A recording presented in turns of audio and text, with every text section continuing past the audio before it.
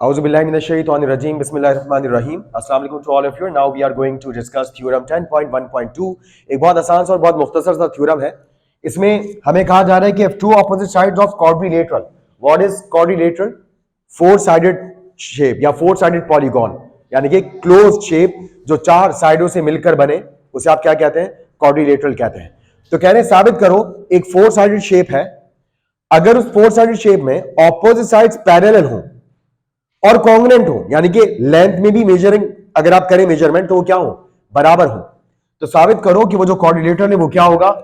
Parallelogram होगा. ये हमें सिंपल थ्योरम से साबित करना है कि अगर किसी भी फोर साइडेड शेप में ऑपोजिट साइड्स बराबर भी हो और पैरेलल भी हो. तो हमें गिवन क्या है? सिंपल हमें गिवन ये है कि A B is parallel to C D, ये चीज गिवन है.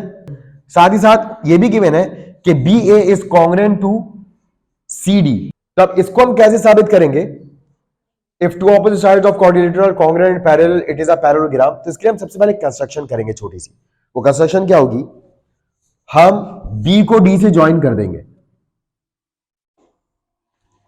B को D से ज्वाइन करके आप देख सकते हैं एक एंगल बन गया ADB. इसे हम क्या नाम दे देंगे? 1 का. और इधर भी फिर एक एंगल जिधर ABD बना है तो इधर ही एक एंगल CBD भी बना हुआ है. ठीक, CBD. इसको आप नाम दे सकते हैं 2 का. अच्छा, अब देखिए क्योंकि हमें बात गिवन है. क्या गिवन है? हमें गिवन है कि ए बी और सी डी दो पैरेलल लाइंस हैं, दो पैरेलल लाइन सेगमेंट्स हैं. तो हमें गिवन क्या है? A B is parallel to C D. ये हमें गिवन है. अच्छा, अब अगर ए बी और सी डी दो पैरेलल लाइंस हैं या जैसी भी दो लाइंस हैं, इनके दरमियान अगर कोई लाइन कनेक्शन बना रही है, इन दोनों लाइंस के दरमियान में अगर कोई लाइन जाके इन दोनों को मिल रही है तो आप उसको ट्रांसवर्सल कहते हैं. तो इसका मतलब हम ये बात कह सकते हैं कि ये जो साइड ए बी है और ये जो साइड सी डी है, इसका ट्रांसवर्सल बी डी है. ठीक, यानी कि A B is parallel to C D and B D is transversal. B D transversal है. और जब दो पैरेलल लाइंस पर ट्रांसवर्सल बनता है तो फिर जेड शेप भी बनती है. तो जेड शेप को हम हाईलाइट करते हैं ब्लैक कलर से. ये देखें, ये जेड शेप बन गई.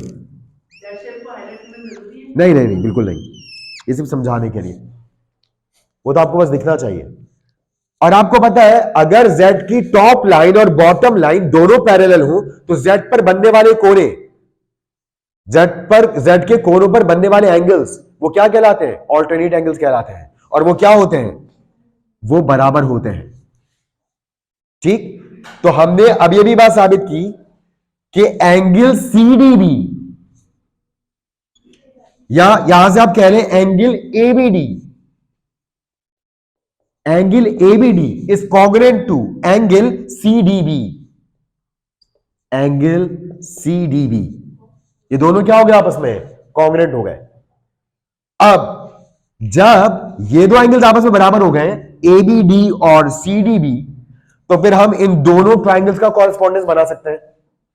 अब हम इन दोनों ट्राइंगल्स का कॉरेस्पॉन्डेंस बनाते हैं. तो एक ट्राइंगल हम ले रहे हैं ABD. तो इन कॉरेस्पॉन्डेंस ऑफ ट्राइंगल ABD,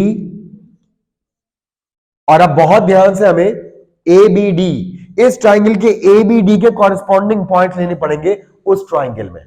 तो इस ट्राइंगल में जहां A है उस ट्राइंगल में वहां कौन है? C है. और हमें बात कैसे पता चल रही है? हमें बात ऐसे पता चल रही है कि इस ट्राइंगल का ये वाला एंगल उस ट्राइंगल के उस वाले एंगल के बराबर है. यानी कि इस ट्राइंगल में जहां B है उस ट्राइंगल में वहां कौन है? वहां D है. ठीक, तो जाहिर सी बात है आप यहां पर A से B पर पहुंच रहे हैं ना, और उस ट्राइंगल में B की जगह कौन है? D है. तो वहां आप कहां से D पर पहुंच रहे हैं? C से D पे पहुंच रहे हैं. इसका मतलब है जिधर इस ट्राइंगल में A है उधर ही उस ट्राइंगल में कौन है? C है. और आप A से जब B पर पहुंचे तो B पर बनने वाला एंगल उधर D पर बनने वाला एंगल के बराबर हुआ ना. यानी कि इधर जहां B है उस ट्राइंगल में वहां कौन है? D है, CD. और फिर हम आखिर में D पर पहुंचे और इस ट्राइंगल से आखिर में कहां पहुंचे? B पर पहुंचे. तो जब B पर पहुंचे तो इसका मतलब है यहां का D वहां का B है. तो थ्योरम्स में ना असल चीज यही होती है कि आपको ना कॉरेस्पॉन्डेंस देखना आना चाहिए. और ये बहुत आसान है, ये बहुत आसान है। किसी भी एक इक्वल चीज को पकड़ लें और उसके रास्ते देख लें कि कहां से कौन सा रास्ता जाके मिल रहा है, आपको साफ नजर आ जाएगा कि कॉरेस्पॉन्डेंस क्या बन रहा है। अब इन दो ट्राइंगल्स में हम ये बात कह सकते हैं, अच्छा अब हमें कोई कैद थोड़ी है, अब तो कोई भी तीन चीजें बराबर करे या कोई पोस्टुलेट थोड़ी साबित करना है हमने, कोई साइड एंगल एंगल या एंगल साइड एंगल या साइड साइड साइड पोस्टुलेट तो हमें चैलेंज नहीं किया गया थ्योरम में। हमें तो बस ये कहा गया ऐसी फोर साइड शेप साबित करो पैरेललोग्राम होती है जिसकी ऑपोजिट साइड पैरेलल हो और बराबर हो, वो पैरेललोग्राम है। बस हम ये साबित करने पर यहां लगे हैं। तो जब इन दो ड्राइंग्स में बात करते हैं तो side A B side C D के बराबर है, गिवन है, सी डी के कॉन्ग्रेंट है, ए बी सी डी के कॉन्ग्रेंट है, गिवन है। अच्छा एंगल ए बी डी,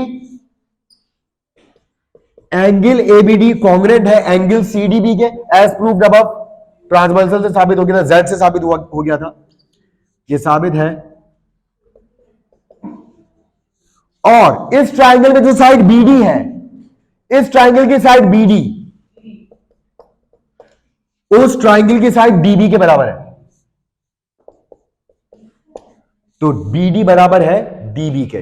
तो यूं साइड एंगल साइड पोस्टुलेट से यह बात साबित हुई कि triangle ABD is congruent to triangle CDB. अब आप ये बात अच्छी तरह से जानते हैं कि जब ये दोनों ट्राइंगल्स आपस में बराबर साबित हो गए तो इनकी हर चीज आपस में इक्वल है। अब अगर हर चीज इनकी आपस में इक्वल है तो आपको पता है ना डी की जगह बी था, बी की जगह डी था, तो इसका मतलब है एंगल 1 फिर एंगल 2 के बराबर हो गया ना, यानी कि इस ट्राइंगल का एंगल एडीबी उस ट्राइंगल के एंगल सीबीडी के बराबर हो गया। फिर तब ये कह सकते हैं कि by congruence of both triangles angle 1 is congruent to angle 2। अच्छा अगर एंगल 1 एंगल 2 के बराबर है तो देखिए एंगल 1 और एंगल 2 भी तो ट्रांसवर्सल डीबी की मदद से बन रहा है, और ये ट्रांसवर्सल भी पहले से में गिवन है कि बीसी और डीए इन दो लाइंस को कनेक्ट कर रहा है। ठीक है, तो इन दो लाइंस को जब कनेक्ट कर रहा है तो जाहिर सी बात है कि आप देख सकते हैं इस बार जेड के कोनों के एंगल हमने पहले बराबर साबित कर दिए कि जेड के कोनों के एंगल बराबर है। तो अगर जेड के कोनों के एंगल बराबर है तो इसका मतलब है जेड की टॉप लाइन और बॉटम लाइन भी आपस में क्या है, पैरेलल है। और जैसी बात साबित हो गई हमें पता चल गया कि पूरा ये जो शेप एबीसीडी है ये क्या है, ये एक पैरेललोग्राम है, ये साबित हो गया। अब बुक में देखते हैं स्टेप बाय स्टेप कि उन्होंने बुक में इसको कैसे प्रूव किया। अब आगे देखिए सबसे पहले वही बात, ए बी और सी डी आप डायग्राम में भी देख रहे हैं, ए बी और सी डी क्या है, पैरेलल है, तो बी डी पर क्या है, ट्रांसवर्सल है, और एंगल एबीडी और एंगल सीबीडी ये आपस में इक्वल हो गए क्योंकि क्या है, alternate angles of parallel lines है। उसके बाद दोनों ट्राइंगल्स को लिया गया, triangle ADB corresponds to triangle CBD, और उसमें हमने बताया गया कि देखो ए बी और सी डी तो बराबर है क्योंकि गिवन है। इसी तरह से एंगल एबीडी एंगल सीडीबी के बराबर साबित हो चुका है, और बीडी कॉन्ग्रुएंट है बीडी के, ये कॉमन साइड, हालांकि बीडी को किसके कॉन्ग्रुएंट लिखना चाहिए था, डीबी के कॉन्ग्रुएंट लिखना चाहिए था क्योंकि बी का कॉरेस्पॉन्डेंस पॉइंट डी है और डी का कॉरेस्पॉन्डिंग पॉइंट बी है। तो एक छोटा सा आप समझ ले कि यहां पर भी इस थ्योरम में भी ये इंप्रूवमेंट करनी चाहिए। तो बहरहाल साइड एंगल साइड पोस्टुलेट से बात साबित हो गई कि ट्राइंगल एडीबी ट्राइंगल सीबीडी के बराबर है। अब जब ये दोनों ट्राइंगल्स आपस में बराबर है तो इनकी हर चीज आपस में बराबर है, यानी कि एंगल 1 किसके इक्वल हो गया, एंगल 2 के, but these are alternate triangles, यानी कि वो यहां पर ये कहना चाह रहे हैं ऑल्टरनेट एंगल्स है एंगल 1 और एंगल 2। तो इसका मतलब क्या है, एडी इज पैरेलल है किसके, बीसी के, क्योंकि ऑल्टरनेट एंगल्स कॉन्ग्रुएंट है तो दोनों लाइंस को क्या कहना चाहिए, पैरेलल लाइंस कहना चाहिए।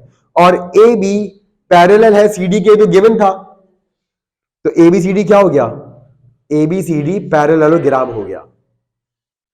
तो यहां पर इस थ्योरम में हमें बस ये कहा गया था कि दो ऑपोजिट साइड बराबर है, ओ सॉरी दो ऑपोजिट बराबर भी और दो ऑपोजिट साइड्स पैरेलल भी है। बाकी जो दो ऑपोजिट साइड थी वो हमने खुद पैरेलल साबित की, कैसे, क्योंकि एंगल 1 और एंगल 2 क्या आ गए, इक्वल आ गए, और एंगल 1 एंगल 2 इक्वल आ गए ट्रांसवर्सल की मदद से। तो इस वजह से बीसी और एडीबी क्या हो गई, पैरेलल हो गई। ठीक, और पैरेलल होने के साथ साथ जाहिर बात है इक्वल तो वो ऑब्वियसली हो गई क्योंकि दो इक्वल साइड से वो कनेक्ट हो रही है, तो बात साबित हो गई कि ये क्या है, ये एक पैरेललोग्राम है। ठीक, तो समझ आया अच्छी तरह से, कोई प्रॉब्लम इसमें?